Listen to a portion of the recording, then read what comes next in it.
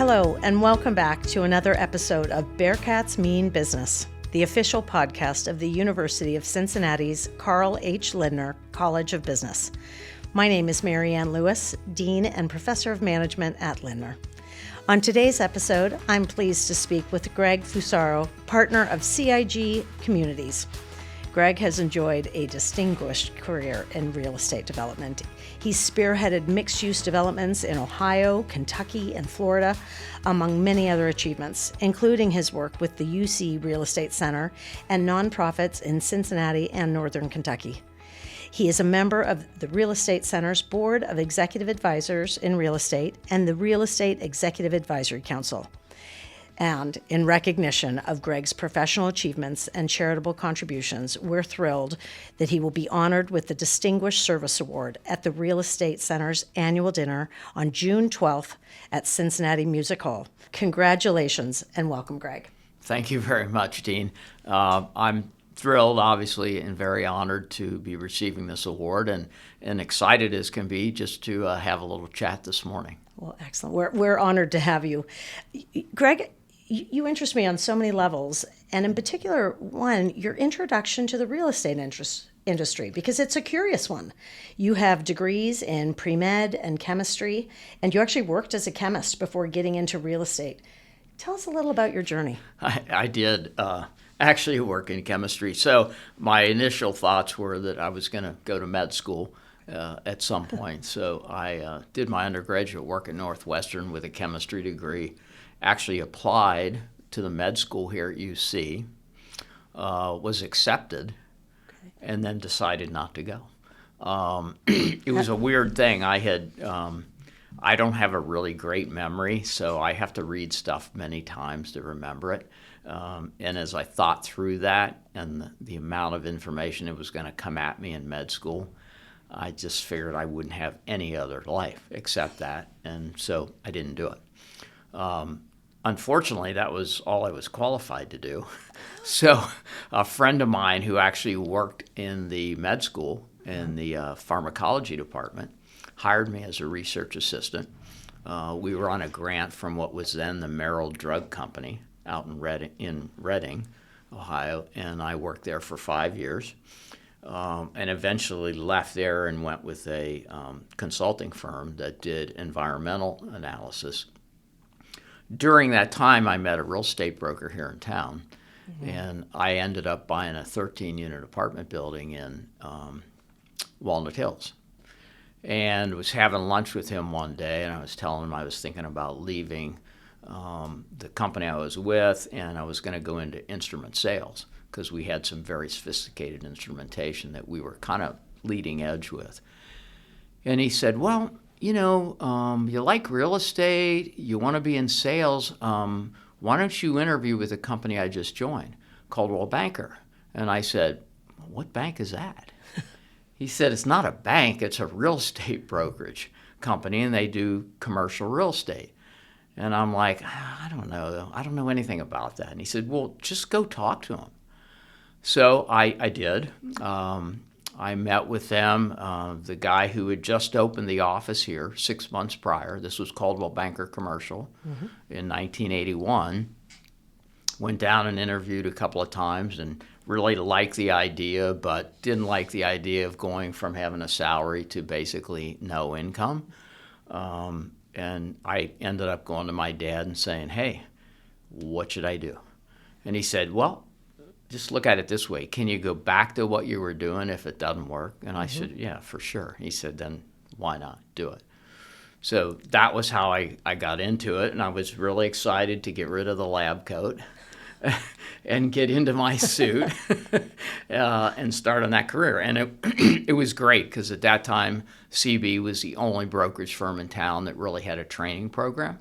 And it was a great program, and I was a mentee, basically a runner for an experienced salesperson, and we enjoyed great success there and just had a blast. Oh, that's a wonderful story, and I mean, I always use the word, one of my favorite words is serendipity, kind of planned luck, being in the right place at the right time with your eyes wide open, right, and good mentors. Yeah, right, exactly. To help encourage. Exactly. And guide. Oh, I think that's great. And since then, you've developed properties across 3 states. states, if I remember. That must be, Ohio, Kentucky, and Florida? Right. All three? Yep. I'm curious what principles guide you in developing such projects. Yeah, that's a great question. One of the things, well, I went from CB, I was there for 12 years and ended up joining a small development company here in town that eventually merged with Miller Valentine out of Dayton. I spent 13 years there on the development side of the business, and we did a lot of low-income housing tax credit developments. And that was really an effort to provide just more affordability in rental properties. And we did about 6,000 units during that period of time, both in Ohio, Kentucky, Indiana, and the Carolinas. And that was a program that was geared specifically for a certain type of housing. In my time that my partner David and his parents have been together at CIG Communities, we've really focused on trying to do just great, iconic types of developments in A-plus locations.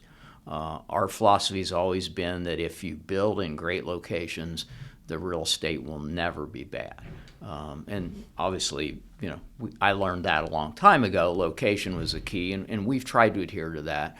And we've tried to look at great locations and expanding marketplaces so that we could weather the storm when inevitably they would come. And we're kind of in a little one of those right now, but the projects and the developments we've done, I think, will weather those storms very nicely because of their locations and because of the type of product that we choose to build.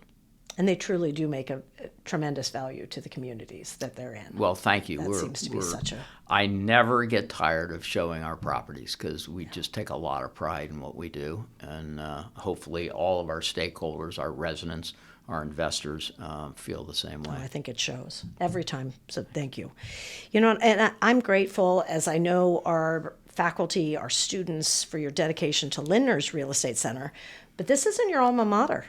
You went to Northwestern, if memory serves.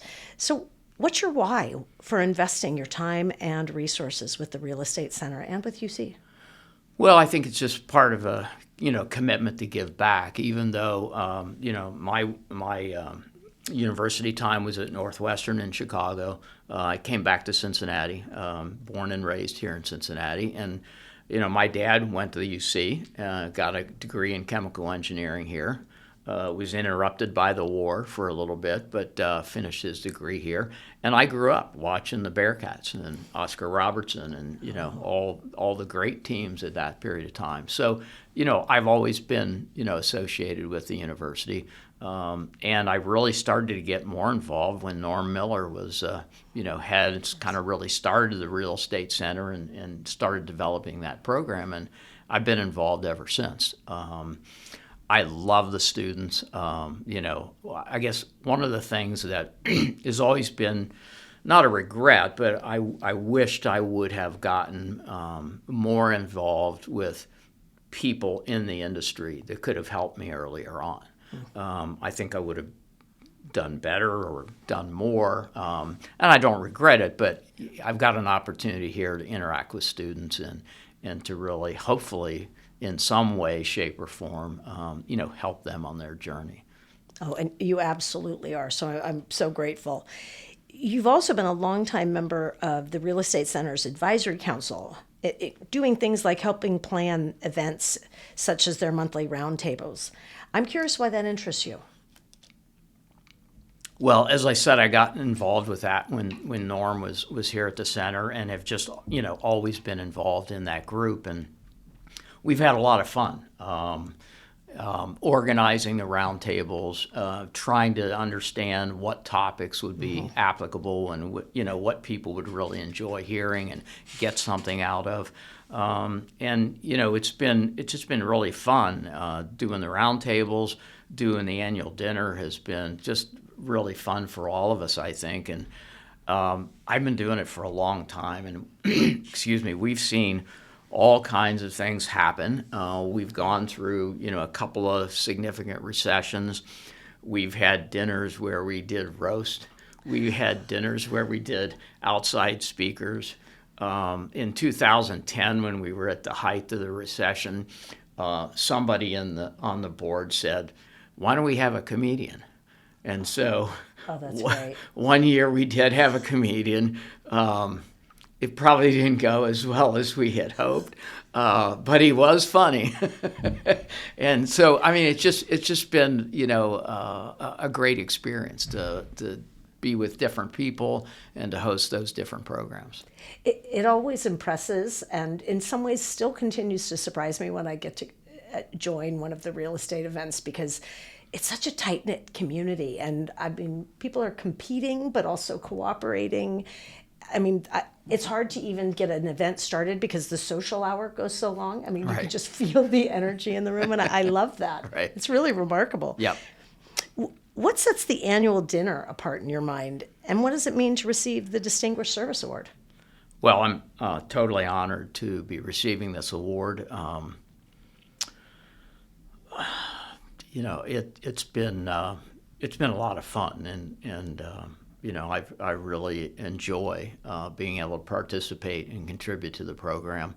As I said, the students are really, I think, the most important thing, and obviously we recognize them at the dinner, which I think is really cool. And the center's done a great job of engaging students and growing the student population because of the programs that we have and the trips that we take and the roundtables. And again, what's been great for me is the mentoring part of it. I've done some teaching in the past for the apartment association, and being able to not teach but at least advise students and watch them grow has been great. And I've been a mentor for a few years, and we actually hired one of my mentees a couple of years ago. And that speaks volumes. He's done great, and most recently I've been a mentor for Gracie, who is, I think, going to get a student award this year. Excellent. And it's been great. She and I met for lunch, and she was pretty freaked out because she didn't have a job. She was graduating in 2 months.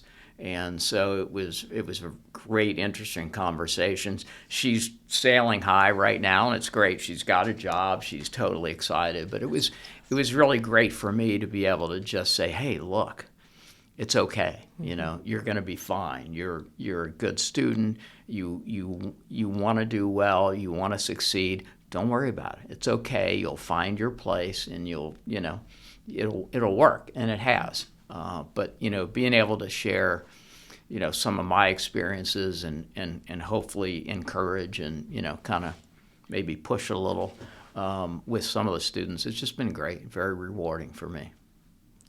I'm a little biased, but boy, do I love our students. They make me proud every day. They're gritty and hungry, and I love the applied, thanks to the co-op.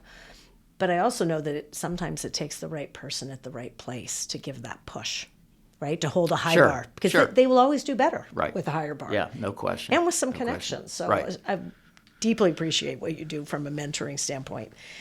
I hear rumors that you're also a musician. Can you tell us a little bit about your zest for music and how it coalesces with your passion for nonprofit work and Suits That Rock, which, by the way, I went to this year. Loved it. Great. It was so much fun. Great. Well, a musician is kind of stretching it because I'm a drummer. So I don't read music, and I'm not kind of certainly in the league with a lot of my associates. But I really do enjoy music. Have since elementary school, and until about 6 years ago, I had a band that played, classic rock and roll for about 17 years. So that was a blast. And actually, the guy that played bass in our band started this Suits That Rock concept. Went to the Carnegie and said, "Hey, I've got this idea." The Carnegie is basically a nonprofit that, in addition to theater productions, they provide after school and in school arts and music training for Cincinnati Public, Newport Public, and Covington Public. And it's basically the only training that they get in the arts and music. And so he had this idea of, hey, let's do this benefit concert every year to raise money for the Carnegie. It started out the first year, basically our band and about 6 other musicians. And now we're in, I think, our 15th year. We are now over $1 million raised. Fantastic. We raised almost $200,000 last year.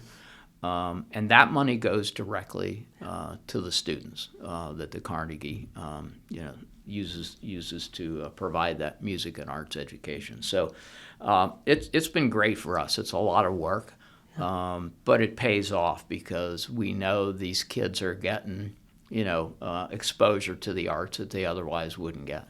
So it's a labor of love, but it's a great thing, and we really enjoy doing it. Oh, and another great example of giving to our community in myriad different ways.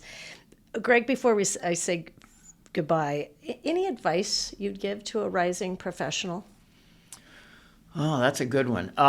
Sure. I would say, first of all, don't be afraid to reach out to anyone at any time. It doesn't matter who you are.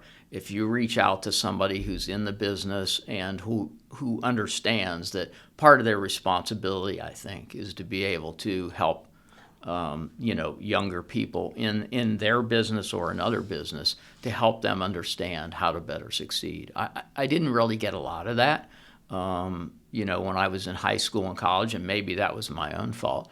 Maybe I was too busy just being in a fraternity. I don't know.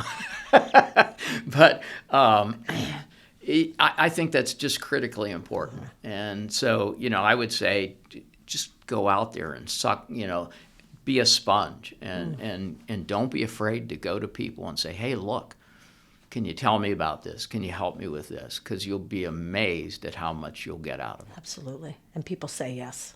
Right. They and do. lean into it. They want absolutely to help will. the Yeah. next generation. Yeah. So thank you. My thanks to Gregg Fusaro for joining me today. You can join Gregg and our wonderful real estate community at the Center's annual dinner, June 12th at Cincinnati Music Hall.